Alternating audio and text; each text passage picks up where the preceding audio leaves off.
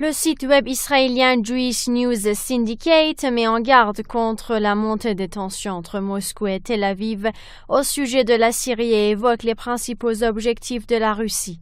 Actuellement, Moscou cherche à maintenir le président syrien Bachar al-Assad au pouvoir, à avoir une étroite coopération avec l'Iran et à assurer ses intérêts dans la région. Comment analysez-vous cette situation ? Bien, écoutez, tout est clair, mais si vous le permettez, j'aurais souhaité rectifier une partie de votre question parce que quand vous dites que Moscou, ou bien la Russie, elle veut garder le président Bachar al-Assad au pouvoir, ce n'est pas tout à fait vrai. Parce que si vous voulez, l'objectif de la Russie, ce n'est pas de sauvegarder une personne parce qu'elle est amie ou elle a un soutien à faire personnel de Bachar al-Assad ou d'une autre personne dans la région, mais elle veut surtout éviter la dislocation des États. Autrement dit, elle veut protéger l'État syrien, qui est un pays, comme nous le savons, qui est toujours reconnu par les Nations Unies.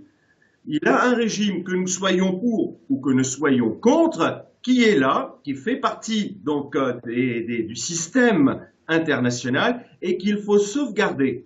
Et vous avez de l'autre côté un autre projet politique qui est totalement différent, qui est celui de la mise en cause de la stabilité des États, autrement dit, effriter les États, créer du chaos, et en fonction de cette situation chaotique, rétablir certains axes ou de nouveaux axes, mais telle est d'ailleurs la politique des Américains qui, comme nous le savons, sont entre les mains du lobby sioniste, notamment donc de l'AIPAC, et qui est très puissant sur la politique étrangère américaine.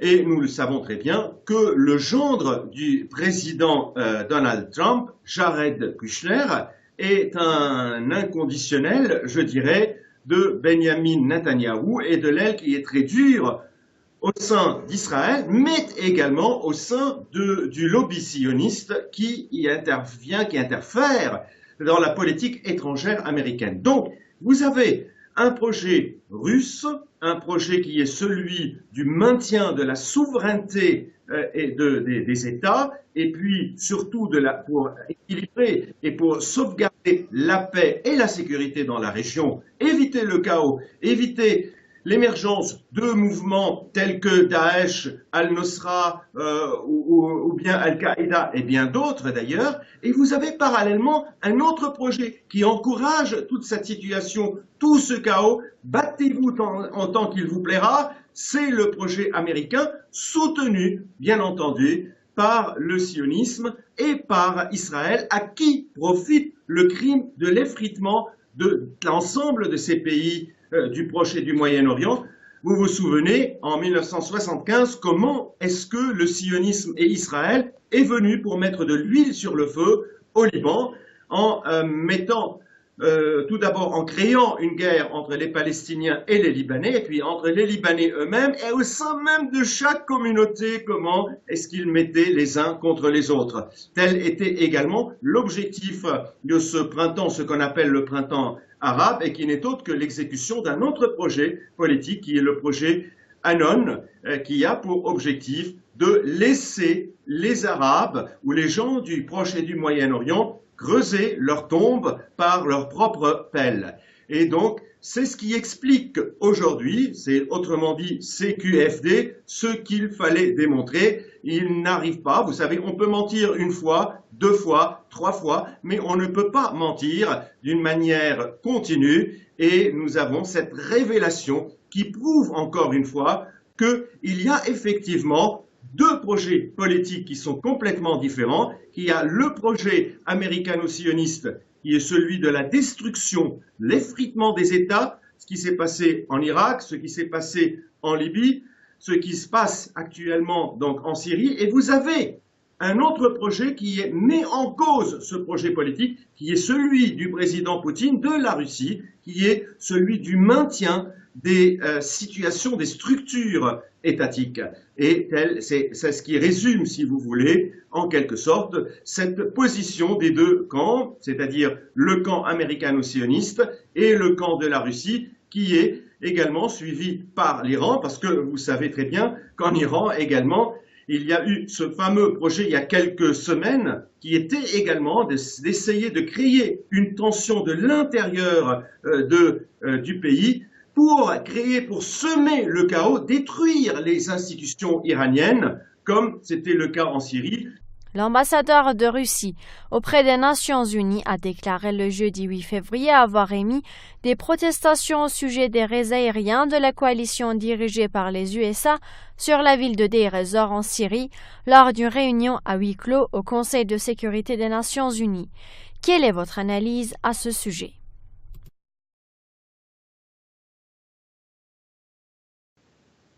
Eh bien, écoutez, encore une fois, il y a une lutte aujourd'hui entre les puissances en l'absence totale, je dirais, d'un droit international régulateur de la politique internationale. Depuis la fin du mandat de Boutros-Ghali à la tête des Nations Unies, comme vous le savez, j'ai été son conseil pendant plusieurs années, eh bien, nous avons assisté à la mort totale des Nations Unies et de cet espoir de voir une institution qui régule la politique internationale. Depuis, comme vous le savez et nous le savons tous, les États-Unis se sont érigés en gendarmes du monde. Autrement dit, ils ont essayé de prendre tout le pouvoir entre leurs mains et ils pensaient pouvoir diriger l'ensemble de la planète. Il y a plusieurs événements qui l'ont d'ailleurs démontré. C'était la fameuse conférence de Dayton qui avait d'ailleurs mis fin à la guerre en ex-Yougoslavie en créant d'autres situations. Je ne veux pas entrer dans le détail. Mais également, il y a eu toute l'affaire également dans le Golfe, c'est-à-dire à savoir l'intervention irakienne au Koweït, et j'en passe. Eh bien, aujourd'hui, ça résume que les États-Unis, ils se sentent au-dessus de toutes les lois, et ils exercent ce qu'on appelle un état de fait.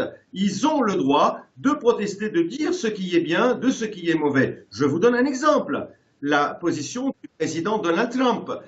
Aujourd'hui, il y a une situation inique, par exemple, en Arabie Saoudite. L'Arabie Saoudite qui ne respecte pas les droits élémentaires et les libertés des individus. Vous vous souvenez, nous avons eu l'occasion sur votre chaîne d'évoquer le cas de 2 princes qui sont arrêtés d'une manière arbitraire. Et il y a tous les jours des arrestations arbitraires, des situations iniques. Eh bien, l'administration américaine ne pointe pas, et le président Trump ne pointe pas du doigt cette situation inique chez ses alliés. En revanche, il mettait de l'huile sur le feu en essayant de semer le trouble en Iran. Eh bien, ce qui se passe actuellement et cette protestation ne résume que le fait que les Américains sont en train de créer, de semer malheureusement le trouble ou les troubles sur la scène internationale. Nous avons vu par exemple la décision aussi prise par le président Trump sur le déplacement ou l'établissement de l'ambassade américaine à Jérusalem, qui est en fait une sorte de moyen de mettre de l'huile sur le feu et de créer véritablement des tensions. C'est-à-dire qu'aujourd'hui, nous avons un État belliqueux qui sont les États-Unis, qui sont appuyés par certaines puissances telles que Israël. Beaucoup moins la France aujourd'hui, parce que nous le savons, depuis l'arrivée au pouvoir du président Trump, la France a repris en fait sa diplomatie traditionnelle et essaye de maintenir l'équilibre tout en ne portant pas atteinte à ses liens avec les États-Unis et l'organisation du traité de l'Atlantique du Nord.